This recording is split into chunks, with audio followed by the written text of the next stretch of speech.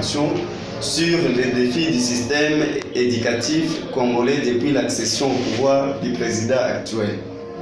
Nous, membres des coordinations nationales et provinciales de l'association Moïse Katumbi en Action, MKSBL, réunis dans une assemblée ce 30 avril 2023, jour dédié à l'enseignement en République démocratique du Congo, avons le regret de constater la dégradation de la qualité de l'enseignement suite au manque de volonté du régime actuel. En effet, depuis la prise du pouvoir du président en exercice, M.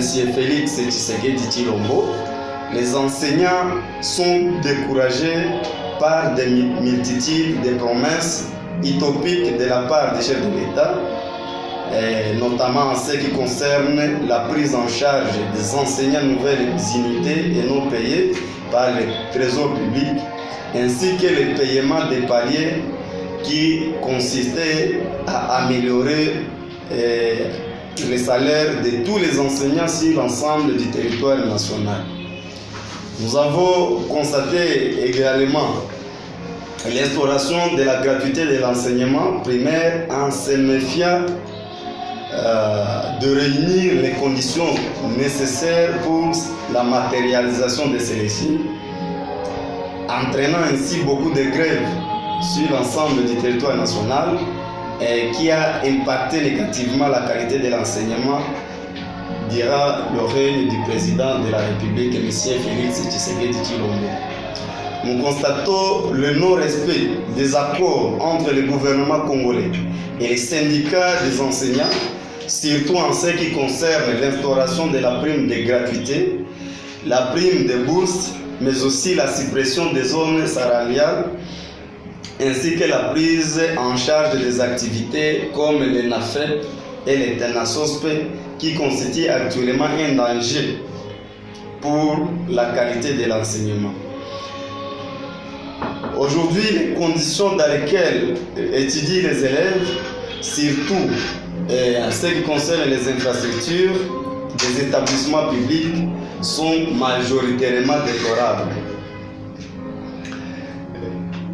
À ceci s'ajoute le manque d'équipements et matériel didactique scolaire, des programmes scolaires qui sont inadaptés et qui ruinent les systèmes éducatifs congolais.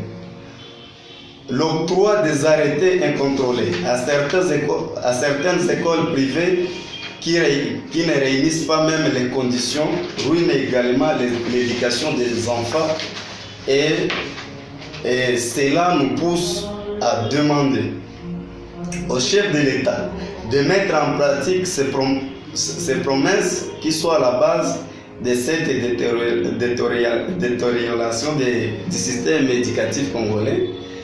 Mais aussi, nous demandons au gouvernement de bien respecter les accords conclus entre lui et les syndicats des enseignants pour permettre aux élèves d'accéder à une bonne qualité d'éducation qui est non seulement leur droit fondamental, mais aussi un droit qui est à la base du développement de notre pays, et cela conformément à l'article 43 de notre Constitution.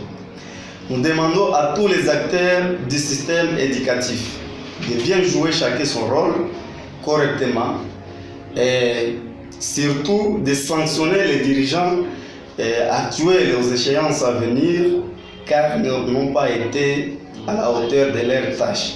Ceci fait à Goma ce 30 avril 2023, et signé par le coordonnateur provincial Eric Bagiri Bouira Gashango et moi-même, le coordonnateur national, Maître Nicolas Thibault Akiahi.